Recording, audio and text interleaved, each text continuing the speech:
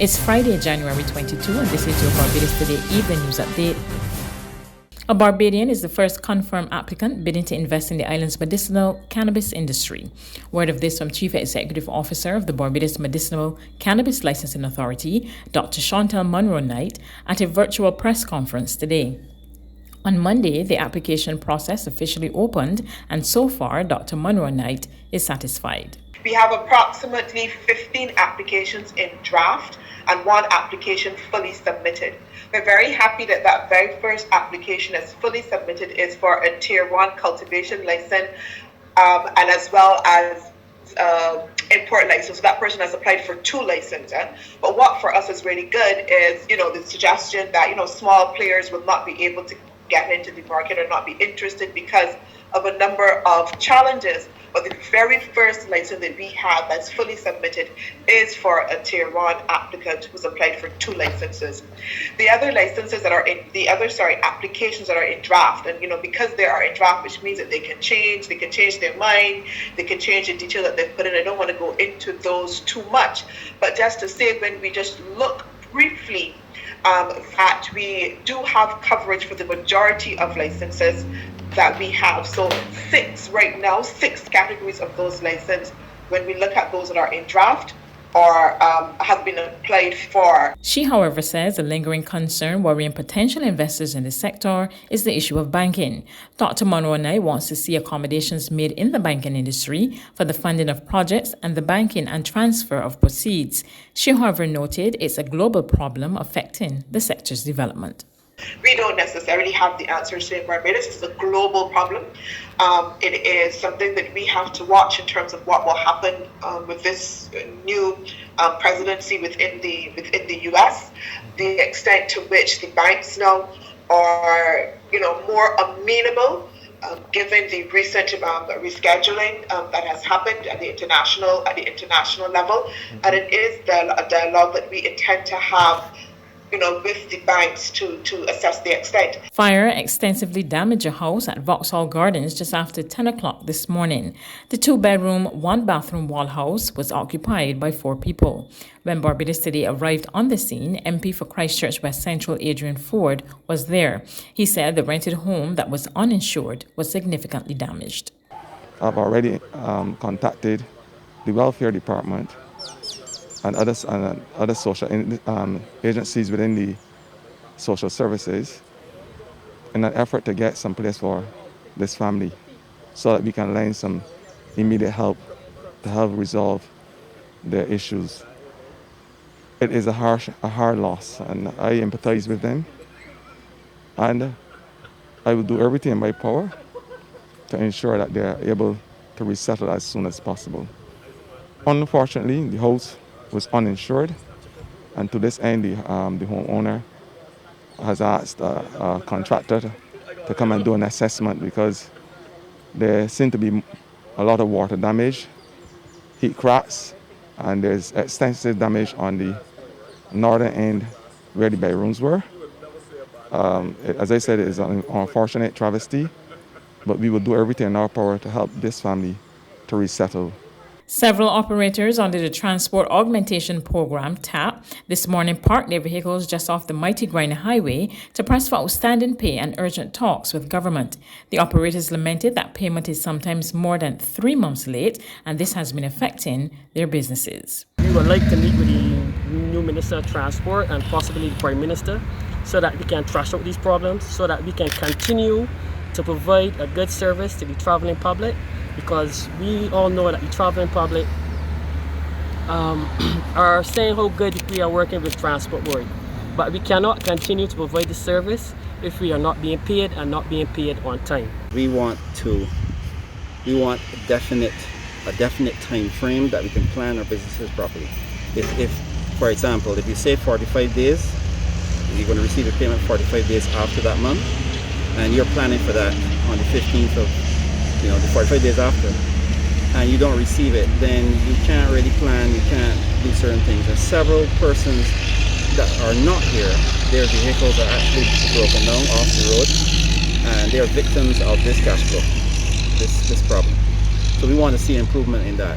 It's not sustainable as it is, not in the way that I believe the transport board will want it to go. There are times when you leave the bus terminal with 2 or 3 passengers, but you must fulfill that obligation. 2 or 3 passengers, sometimes they are pensioners, so you make a loss on that trip. And to carry the pensioners, you already made a loss, and then you gotta wait 3 or 4 months to be paid. It cannot be right. Things must be improved, right? As my colleague said, there are a number of suggestions that we have to put to the transport authority, so we do not want to jump ahead and state them in the press at this time. But there's definitely a need for a meeting between the transport authorities and the members of the TAP program that we can get these issues ironed out. A multi-million-dollar waste management system is under consideration for the Bridgetown Port. This was disclosed during a virtual town hall meeting hosted by the Barbados Port Inc.'s Divisional Manager for Corporate Development and Strategy, Captain Carl Branch, earlier today. He assured there's little similarity between the proposed system and the failed Cahill Waste to Energy project. The main 2 differences would be the technology and the scale. So as Abdul mentioned earlier, the Cahill project was a plasma gasification type project. So it's a completely different technology from incineration. Incineration is, for want of a better term, more basic, more robust. You superheat the entry into the incinerator and ensure its complete destruction. While plasma gasification requires more intricate technology and handling. One of those, that maybe mentioned it before, but it deserves mention again, is the requirement for pre-treatment and sorting, which is not a requirement for incineration. Secondly, the Cahill project was on a completely different scale from that of our incinerator project. Lord High Admiral Vernon Watson of the Barbados Landship was laid to rest today after a fitting and emotional service at the Holy Innocents Church in St. Thomas. In an hour-long service, Lord High Admiral Watson, who reached the highest rank in the association, was remembered as a man of impeccable character, good manners, reliability, and discipline. Patron of the Landship, Sir David Simmons, in a tribute read by co-patron Margaret Williams at the service, said the Admiral was able to cement the Barbados Landship as a fascinating cultural icon in the psyche of the Barbadian people. Specialist in African arts and culture, Dr. Nancy Jacobs, who delivered the eulogy, told the gathering Admiral Watson was a man of excellence. She noted that while the Landship was Admiral Watson's life, he possessed a colorful, active, and optimistic personality who cared to uplift the less fortunate. Both Jacobs and Sir David stressed that every effort must be made to build on Watson's legacy and preserve the Barbados Landship. There's regional and international news after this short break.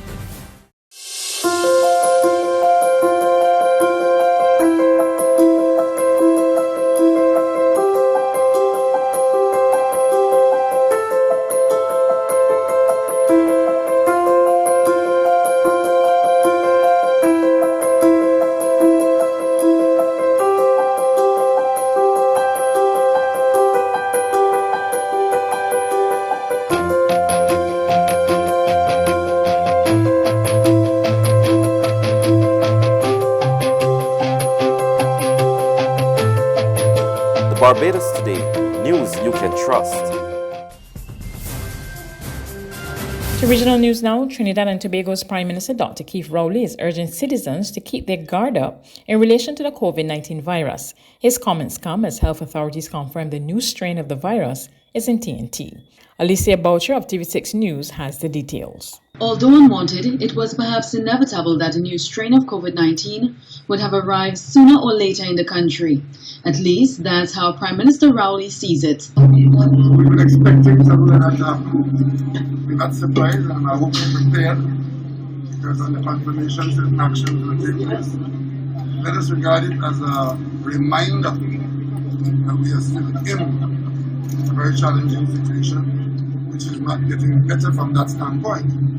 But in fact, the ease of transmission, that new strain is an easier transmission. So it puts a greater onus on us to follow the protocols to reduce and eliminate transmission. And because of the higher level of contagion, Dr. Rowley warns that citizens should be vigilant now more than ever.